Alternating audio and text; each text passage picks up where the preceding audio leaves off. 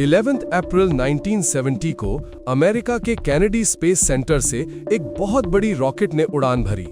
इस रॉकेट पर Apollo 13 mission का स्पेसक्राफ्ट था। इसमें 3 एस्ट्रोनॉट सवार थे जो चांद की तरफ जा रहे थे। ये नासा का तीसरा मिशन था जिसका मकसद इंसान को चांद पर उतारना था।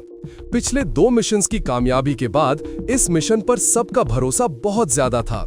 एस्ट्रोनॉट समझ रहे थे कि ये सफर आम सा होगा। उनका मकसद बिल्कुल वाज़ेह था, दोबारा चांद पर चलना। लेकिन उन्हें ये अंदाजा नहीं था कि ये ख्वाब कभी पूरा नहीं होगा। अप्रैल 1970 में जब स्पेसक्राफ्ट तकरीबन 30,000 किलोमीटर जमीन से दूर था, अचानक एक जोरदार धमाका हुआ। कुछ ही लम्हों में वार्निंग लाइट्स जल उठी, अलार्म्स बजने लगे और केबिन में घबराहट फैल गई। जल्द ही मालूम हुआ कि एक ऑक्सीजन टैंक पूरी तरह फट चुका था, जबकि दूसरा टैंक तेज रफ्तारी से ऑक्सीजन खो रहा था। देर बाद वो मशहूर पैगाम आया, Okay, Houston, we've had a problem. जमीन पर मिशन कंट्रोल ने पहले सोचा कि शायद इंस्ट्रूमेंट्स गलत रीडिंग दे रहे हैं। ऐसी गलतियां पहले भी होती रहती थीं, लेकिन स्पेसक्राफ्ट के अंदर एस्ट्रोनॉट्स खुद एक खौफनाक मंजर देख रहे थे। खिड़की से गैस और डेब्रीज खला में निकलता हुआ नजर आ रहा था। इससे भी ज्यादा बुरी बात यह थी कि धमाके ने स्पेसक्राफ्ट को उसके असल रास्ते से हटा दिया था। हर गुजरता सेकंड उसे जमीन से और दूर ले जा रहा था। सिर्फ चंद घंटों में अपोलो 13 इंसानी तारीख का सबसे ज्यादा दूर जाने वाला स्पेसक्राफ्ट बन चुका था। अब चांद पर उतरना कोई मसला नहीं रहा था। सिर्फ एक सवाल बाकी था, क्या वो जिंदा वापस आ सकेंगे? स्पेसक्राफ्ट 4 बुनियादी हिस्सों पर मुश्तमिल था: command module, service module, lunar module और लॉन्च एस्केप सिस्टम। तीनों एस्ट्रोनॉट्स कमांड मॉड्यूल के अंदर मौजूद थे, जो स्पेसक्राफ्ट का कंट्रोल सेंटर था। इतनी अहमियत के बावजूद ये बहुत छोटा था, कोन शेप का, सिर्फ 11 फुट लंबा और 13 फुट चौड़ा। क्रू में commander Jim Lovell, lunar module pilot Fred Haise और command module pilot Jack Swigert शामिल थे। दिलचस्प बात यह थी कि ये तीनों इस मिशन के लिए असल क्रू का हिस्सा नहीं थे। पहला क्रू गैर मुतवक्का मसाइल की वजह से रिप्लेस कर दिया गया और यूं किस्मत ने इन 3 मर्दों को तारीख का हिस्सा बना दिया। पहले 2 दिन सब कुछ बिल्कुल ठीक चलता रहा।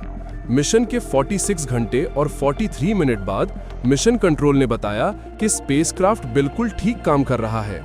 हालात इतनी स्मूथ थीं कि इंजीनियर्स मजाक में कह रहे थे कि वो बोर हो रहे हैं। फिर बिना किसी वार्निंग के तबाही आ गई। धमाका स्पेसक्राफ्ट के बाहर हुआ था और सर्विस मॉड्यूल के 13 फुट के पैनल को नुकसान पहुंच चुका था। जमीन पर वापस आने का सबसे तेज तरीका सर्विस मॉड्यूल के मेन इंजन को चलाना था, लेकिन वो इंजन धमाके के बिल्कुल करीब था। किसी को यकीन नहीं था कि वो काम भी करेगा या नहीं। दूसरा रास्ता ज्यादा रिस्की था, मगर थ्योरी में ज्यादा महफूज। चांद की तरफ सफर जारी रखा जाए, उसके गिर्द चक्कर लगाकर ग्रेविटी का फायदा उठाया जाए। इस रास्ते में डैमेज्ड इंजन का इस्तेमाल नहीं होता, लेकिन सफर 4 से 5 दिन का होता।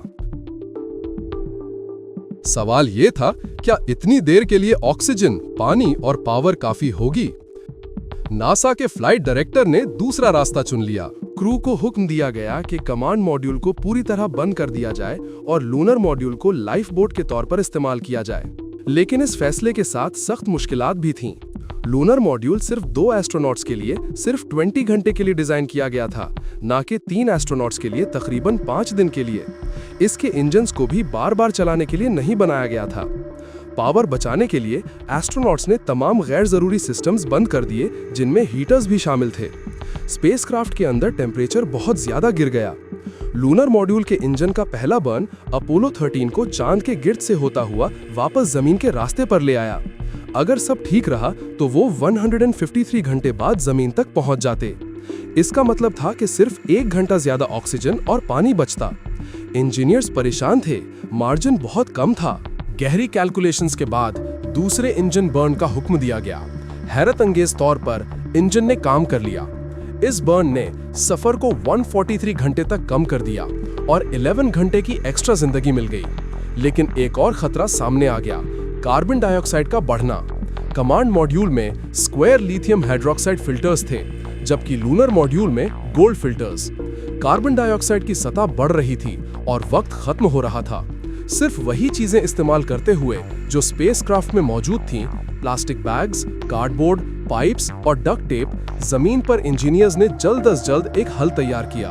कदम ब कदम एस्ट्रोनॉट्स को हिदायतें दी गईं, एक इम्प्रोवाइज्ड डिवाइस बनाई गई। कार्बन डाइऑक्साइड की सतह कम हो गई। 4 थका देने वाले दिनों के बाद अपोलो 13 दोबारा जमीन के करीब आ गया, लेकिन कूलिंग वेपर्स की वजह से कैलकुलेशंस मुतासिर हो चुकी थीं और स्पेसक्राफ्ट अपने रास्ते से हट गया। जिम लोवेल ने आखिरी मर्तबा इंजन बर्न की और ट्रैजेक्टरी ठीक की। जब कमांड मॉड्यूल जमीन के एटमॉस्फेयर में दाखिल हुआ, कम्युनिकेशन बिल्कुल बंद हो गई। ये ब्लैकआउट मुतवक्का था। आयनाइज्ड हवा रेडियो सिग्नल्स को रोक लेती है। आमतौर पर ये 2 से 3 मिनट का होता है। इस दफा नहीं हुआ। 3 मिनट गुजर गए, फिर 4, खामोशी। आखिरकार 4 मिनट और 27 सेकंड्स बाद मिशन कंट्रोल ने सिग्नल सुना। पैराशूट्स खुल गए। कमांड मॉड्यूल पैसिफिक ओशन में लैंड कर गया।